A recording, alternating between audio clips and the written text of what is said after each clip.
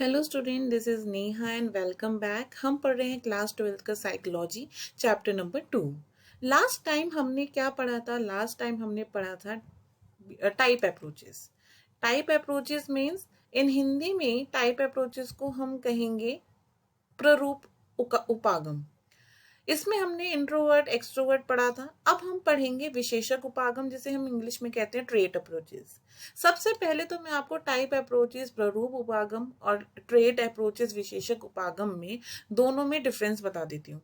देखो, type approach में हम क्या पढ़ते थे भाई, ये जो पर्सनालिटी है इस इंसान की पर्सनालिटी है वो एक्सट्रोवर्ट है और इंट्रोवर्ट है। एक्सट्रोवर्ट में बहिर्मुखी है और इंट्रोवर्ट मतलब अंतर्मुखी है, मतलब किसी को ज्यादा बोलना पसंद है तो किसी को कम बोलना पसंद है। अब विशेषक उपागम में क्या है कि विशेषक उपागम में हम किसी पर्सन की छोटे छोटे छोटे छोटे कैरेक्टरिस्टिक्स को मिलाकर एक वर्ड दे देते हैं। जैसे कि फॉर एग्जाम्पल कि मैं अनसेल्फिश हूँ, मैं फ्रेंडली हूँ, मैं सोशलेबल हूँ, मैं हेल्पफुल हूँ और मैं मतलब बहुत ज्यादा टॉकेटिव हूँ। तो आपने मुझे क्या नेम दे दिया? She is good girl, good girl नाम दे दिया। या फिर यू कैन से कि ये बहुत ज्यादा सोशल लेबल है। तो ये सोशल लेबल है, ये तो हमारा बेसिकली एक पार्ट हो गया एक्सट्रोवर्ट और इंट्रोवर्ट का। और जो मेरी जितनी भी कैरेक्टरिस्टिक्स हैं वो मेरा पार्ट हो गया बेसिकली टाइप अप्रोचेस का, सॉरी ट्रेट अप्रोचेस का। डेट इज कॉल्ड विशेषक उपागम। तो आपको बिल्कुल भी कंफ्यूज्ड नहीं होना है। विशेषक उपागम आई होप मैंने आपको अच्छे से समझा दिया, आपको समझ में आया होगा। क्योंकि विशेषक उपागम को हम बिल्डिंग ब्लॉक्स भी कहते हैं। मतलब building blocks in the sense छोटे छोटे छोटे ईंटों से एक घर की पूरी संरचना करना। छोटे छोटे ईंटों से हमारा पूरा एक घर बन जाता है। ऐसे ही छोटे छोटे छोटे छोटे कैरेक्टरिस्टिक्स से हमारी क्या बन जाती है? पर्सनालिटी बन जाती है। अब उसके बाद जो विशेषक उपागम है, बेसिकली ये क्या होती है? फिक्स्ड होते हैं, मतलब स्थिर होते हैं। दूसरा, सामान्यतः संगति होती है इनकी। ठीक है, ये सामान्यतः संगति होती है इनकी। और तीसरा पॉइंट कि पर्सन टू पर्सन बहुत ही अलग अलग पाए जाते हैं। ठीक है, इसी वजह से व्यक्तियों में भिन्नता आती है, मतलब भिन्नताएं पाई जाती हैं, पर्सनालिटी डिफरेंस पाए जाते हैं। अब इसमें हम क्या पढ़ेंगे? इसकी जो थ्योरी दी वो दी गॉर्डन एल्पोर्ट ने। अब गॉर्डन एल्पोर्ट ने क्या करा, ये पहले ही ऐसे थ्योरिस्ट थे जिन्होंने कहा कि व्यक्ति की संरचना 3 गुणों से बनती है। 3 गुणों से, त्रिगुण बताया इन्होंने। बेसिकली क्या है कि एल्पोर्ट का मानना था कि व्यक्तित्व व्यक्ति के मनोवैज्ञानिक व्यवस्थाओं का गत्यात्मक संगठन है, जो व्यक्तित्व को उसके वातावरण से अपूर्ण समायोजन से निर्धारण करता है। ऑल्पर्ट ने व्यक्तित्व के निर्धारण में शील गुणों का महत्व दिया। शील गुण क्या होता है? अगर हमें किसी व्यक्ति के गुणों का पता हो तो हम उसकी पर्सनालिटी अच्छे से डिस्क्राइब कर देंगे। उसे कोई हम शील गुण कहते हैं। शील प्लस गुण, शील गुण कहते हैं उसको हम। तो शील गुण में 3 गुण होने बहुत जरूरी है। गुण प्लस संगति प्लस स्थायित्व। एक व्यक्ति किसी परिस्थिति में ईमानदारी से काम करता है और किसी परिस्थिति में बेईमानी से। मतलब एक तो वो ईमानदारी से काम कर रहा है किसी परिस्थिति में, लेकिन दूसरी सिचुएशन में वो बेईमानी से भी काम करता है। मतलब कहीं पे अगर उसको बेईमानी से काम करना हो तो वो बेईमानी से भी काम करता है। तो ये उसकी आदत है, हम उसको शील गुण नहीं कहेंगे। तो कोई भी सिचुएशन आ जाए, आदमी का व्यवहार चेंज नहीं होना चाहिए। शील गुण नहीं दिखाई देता है, महसूस करना पड़ता है। हर व्यक्ति में शील गुण होता है, सामाजिक कार्य में, राजनीतिक कार्य में। तो बेसिकली क्या हुआ कि गॉर्डन एल्पोर्ट ने कुछ वर्गीकरण किया। वर्गीकरण जैसे कि प्रमुख विशेषक, केंद्रीय विशेषक और गौण विशेषक, ये आप देख पा रहे होंगे। इसी के आधार पर ऑल्पोर्ट ने विशेषकों का 3 वर्गों का वर्गीकरण किया: प्रमुख विशेषक, केंद्रीय विशेषक, गुण विशेषक। अब क्या होता है प्रमुख विशेषक? प्रमुख विशेषक क्या होता है? इसको हम इंग्लिश में कहते हैं कार्डिनल ट्रेट्स। ये क्या होता है?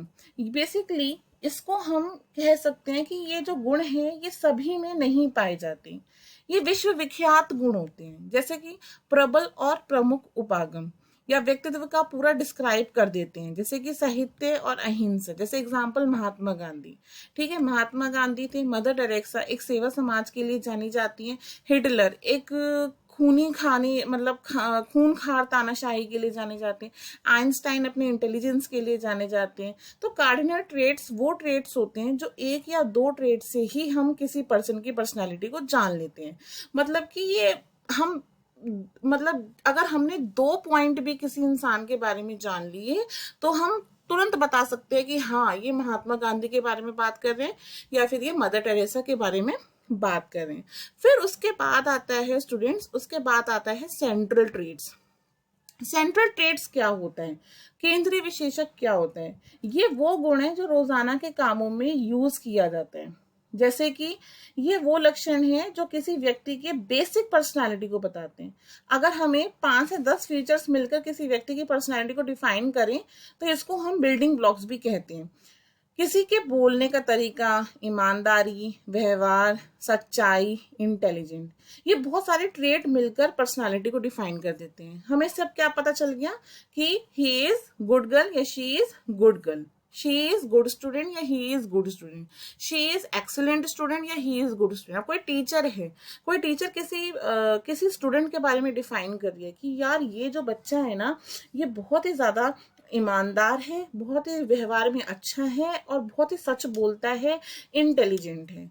तो ऑब्वियसली हमने क्या उसको रिमार्केबल कर दिया कि एक्सीलेंट बच्चा है, एक्सीलेंट स्टूडेंट है ये। तो हमने उसकी पर्सनालिटी को डिफाइन कर दिया। उसके बाद आता है सेकेंडरी ट्रेट्स, गौण विशेषक। गौण विशेषक बेसिकली क्या है, ये बहुत ही ढूंढने से, किसी व्यक्ति के ढूंढने से पाया जाता है। मतलब किसी व्यक्ति में बहुत ही ज्यादा सहनशीलता से देखना पड़ेगा तब आप उसकी पर्सनालिटी को डिफाइन कर सकते हो। जैसे कि फॉर एग्जांपल आपके कोई ब्रदर है तो आपके ब्रदर की आपको पता है उसके बारे में, लेकिन कोई किसी को वो जान नहीं पा रहा है कि भाई इसका म्यूजिक टेस्ट, फॉर एग्जांपल हम बोलते हैं म्यूजिक टेस्ट, कि भाई इसको रोमांटिक सॉन्ग सुनना पसंद है, सैड सॉन्ग सुनना पसंद है या इंग्लिश सॉन्ग सुनना पसंद है। तो वो आप ही को ही पता है। अब किसी इंसान को पता करना, वो बहुत ही ज्यादा उनको फोकस्ड करेगा, बहुत ही ज्यादा उनकी हर चीजों पे ध्यान रखेगा, तब उनको पता चलेगा। तो यही, इसी को ही हम क्या कहते हैं, गौण विशेषक कहते हैं। अब इसमें क्या है कि जो इसमें बेसिकली क्या है, शील गुण थ्योरी भी हम इसको कहते हैं, शील गुण उपागम भी हम इसको कहते हैं। अब उसके बाद आता है बेसिकली कैटल की थ्योरी।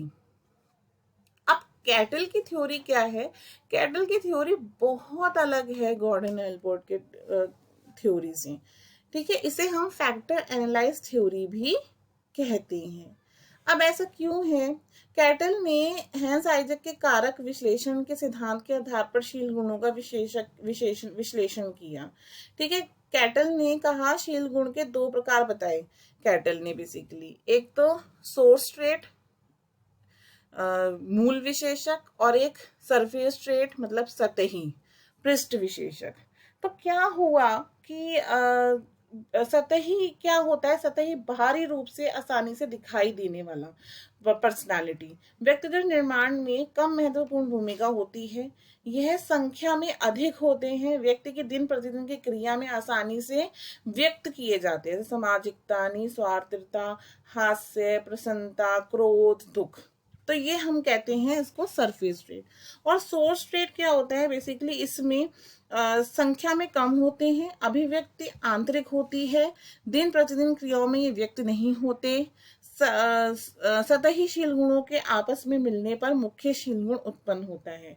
मुख्य शील गुण जैसे कि फॉर एग्जाम्पल निस्वार्थ, सामाजिकता और हास।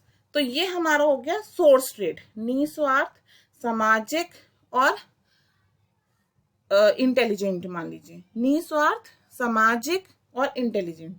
तो ये हो गया परोपकारी, हम इसको इक्वल कर देते हैं परोपकारी के। तो जो ये परोपकारी है, ये परोपकारी हमारा बन गया सरफेस ट्रेट, और निस्वार्थ, सामाजिकता और ईमानदार और इंटेलिजेंट, ये बन गया हमारा बेसिकली सरफेस ट्रेट। तो आई होप आपको ये बहुत अच्छे से समझ में आया होगा। उसके बाद आती है हमारे, एक और मैं आपको पॉइंट सॉरी बताना भूल गई, पॉइंट ये है कि कैटल ने सामान्य व्यक्तियों में पाए जाने वाले 23 शील गुणों का विश्लेषण किया। इनमें से 16 शील गुण अत्यधिक महत्वपूर्ण माने। इन 16 शील गुणों का मापन करने के लिए कैटल ने एक विशेष प्रश्नावली का भी निर्माण किया था, जिसे हम क्या कहते हैं, 16 व्यक्तित्व कारक प्रश्नावली कहती हैं, 16 पर्सनालिटी फैक्टर हम कहते हैं। इन 16 शील गुणों को कैटल ने 4 वर्गों में विभाजित किया था। 4 वर्गों में प्रत्येक व्यक्ति में कोई एक वर्ग जरूर पाया गया। फिर उसके बाद आए H.J. आइंजैक। इन्होंने क्या करा, इन्होंने व्यक्तित्व को 2 व्यापक आयामों के रूप में प्रस्तावित कर दिया। कैसे, एक तो इन्होंने कर दिया जैविक और एक इन्होंने कर दिया अनुवंशिक। तो क्या हुआ, प्रत्येक आयाम में अनेक विशिष्ट विशेषों को सम्मिलित किया गया, जैसे कि फर्स्ट तंत्रकापिता बनाम सांवेगिक स्थिरता और बहिर्मुखता बनाम अंतर्मुखता। तो इससे क्या हुआ, तंत्रिकापिता का क्या तात्पर्य है कि लोगों में किस मात्रा तक अपनी भावनाओं पर नियंत्रण होता है, मतलब लोग अपने इमोशंस कितनी मात्रा में कंट्रोल कर सकते हैं। ऐसे लोगों में क्या होता है, चिड़चिड़ापन होता है, अति संवेदनशील होते हैं, उनमें बेचैनी रहती है, नियंत्रण का अभाव पाया जाता है। दूसरे छोर पर वे लोग होते हैं जो शांत होते हैं, शांत स्वभाव वाले होते हैं, विश्वसनीय होते हैं और स्वयं पर नियंत्रण रखने वाले होते हैं।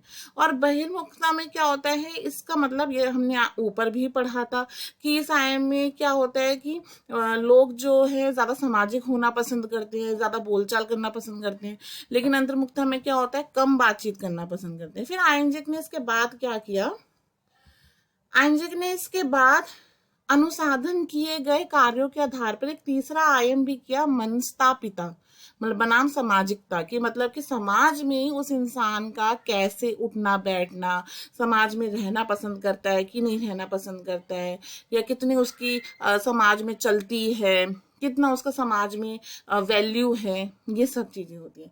तो आइंजैक व्यक्तित्व प्रश्नावली एक परीक्षण है जिसका उपयोग व्यक्तित्व के इन आयामों का अध्ययन करने के लिए किया गया था। इनकी थ्योरी में इन्होंने जो प्रश्नावली बनाई वो बनाई आइंजैक व्यक्तित्व प्रश्नावली। विशेषक उपागम एक बहुत ही फेमस उपागम माना जाता है, जिसके संदर्भ में अनेक प्रकार की अभी प्रगति हो रही है। आई होप आपको ये पॉइंट बहुत अच्छे से समझ में आया होगा। और उसके बाद हम नेक्स्ट करेंगे मनोगतिक उपागम, सेगमेंट फ्लूइड की थ्योरी। ये आपको इंडिविजुअली एक वीडियो में बहुत ही अच्छे से बनाकर देने वाली हूँ, जिससे कि आपको सेगमेंट फ्लूइड की थ्योरी बहुत अच्छे समझ में आ जाए, क्योंकि आगे कंपटीशन लेवल में भी अगर आप एंट्रेंस टेस्ट की भी तैयारी कर रहे हैं स्टूडेंट्स, या आपको ये है भी टॉपिक बहुत इंपॉर्टेंट सेगमेंट फ्लूइड थ्योरी, तो इसकी वीडियो में बहुत ही स्पेशल तरीके से बहुत ही अच्छे से एक्सप्लेन करके आपको समझाऊंगी। तो आई होप आपको समझ में आया होगा। नोट्स प्रिपेयर करना स्टार्ट कीजिए, रेडी रहिए, मेरी लैंग्वेज को पकड़ना शुरू कीजिए, और जो भी आपको मेरी इजी लैंग्वेज लग रही है आप उसमें भी अपने एग्जाम्स में लिख सकते हैं। Thank you so much and please support us. Thank you.